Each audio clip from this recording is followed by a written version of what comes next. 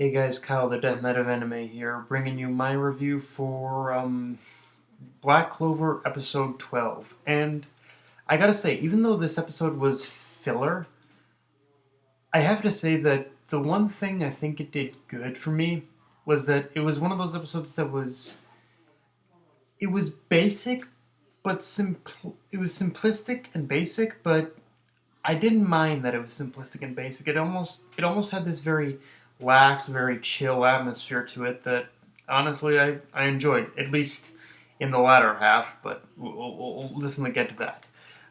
So I guess immediately right off the bat, getting into the review, I have to say that the plus side for this episode is that going in, I was worried they were going to focus the entire episode on the chase with the purse snatcher. And while it was a little longer than I would have liked, I'm still glad they didn't focus the entire episode on it. Like, immediately, if they, like, honestly, I wouldn't have even done a review if they had focused the entire episode on the purse snatcher. That would have just, like, no, I'm just not going to do a review. There's no point if it's going to be that. But luckily, like I said, they didn't focus on that too long. They did, like, again, they did focus on it a little longer than I would have liked, but luckily they didn't focus the entire episode on it. And honestly, I'll take it maybe going a little bit longer than I would have liked compared to focusing on the entire episode. So yeah. Um, and we get an official introduction to the current Wizard King. And while I've tried to avoid comparing the two series as often as I can, I do gotta say the Naruto vibes are indeed strong with this one. Although I will admit, unlike the manga, the anime does make it a little less obvious because there are certain small facial aspects that do make him stand out a touch more. It's not. There are still a lot of obvious similarities I can pinpoint with comparing him to pretty much how Naruto looks as Hokage, but and I can definitely recognize the influence there, but there's enough facial influence there for me to say yeah, it isn't. While it does look like a copy on the surface, there is enough there for me to say he is still kind of his own character, I guess. So yeah, there's that too. And but yeah, the one thing that did stand out, of course, is that the anime did kind of make him a little less Naruto-y, I guess. So yeah, he definitely actually looks a lot older. They did actually do a good job at making him look a lot older. I will say that much actually. Um, I guess it also is fair to note that I think if I did my timing and math correct, they actually cut down time on the intro in this episode, but the recap was still kind of annoying. So they fixed one thing but extended the other, which I think in its own way kind of proves that again that Piero really doesn't understand middle ground with the series they do. It's with Piero. It's again. It seems to be this whole that they have to go big or go home. Which, honestly, at this point, I really wish that they would have taken some notes from some notes from Bones and how Bones is handling the My Hero Academia anime. Like I wish Piero would take a couple notes from these other studios at some point in time, but who knows.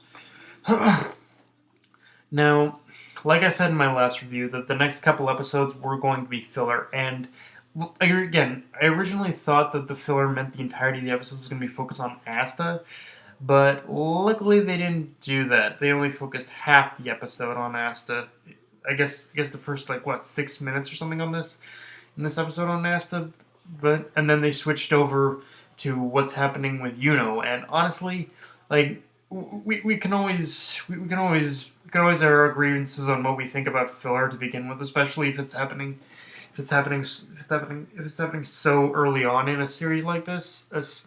But if I had to really pick and choose my filler, I'm at the very least glad it's focused on the main character whose voice isn't ear-bleedingly annoying.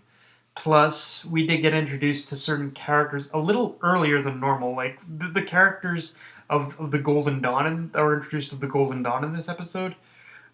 They weren't really supposed to be introduced until late, until probably like until we pretty much until pretty much the until chapter 11. So we wouldn't have gotten introduced to them until then. But it did.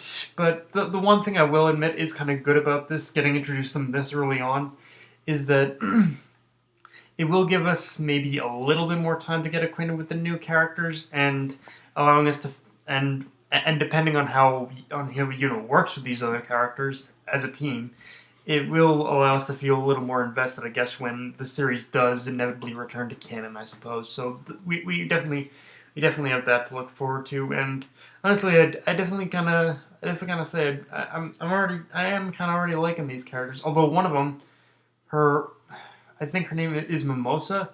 Her last name is Vermilion, which I think she's.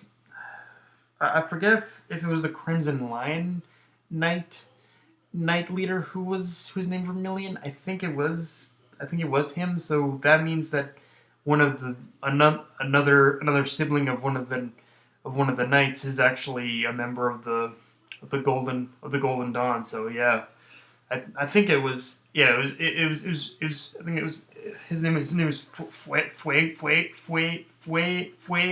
Fuego Vermilion, I think, yeah, or something like that. But yeah, so yeah, Fuego Vermilion's sister is apparently part of the Golden Dawn. I think it is him, yeah. But yeah, that's a nice little tidbit, I guess. Also, I gotta say that even though I gotta say, even though technically nothing, like, at least in terms of the plot, even though technically nothing nothing significant of injuries to anyone happened in this episode, like of anyone getting injured or anyone fighting or of anyone getting injured during that fight or whatnot happened in this episode. Aside from dealing with those attackers, like that Prince dude, like the one that apparently lost to Asta or lost to in the Wizard Knight test.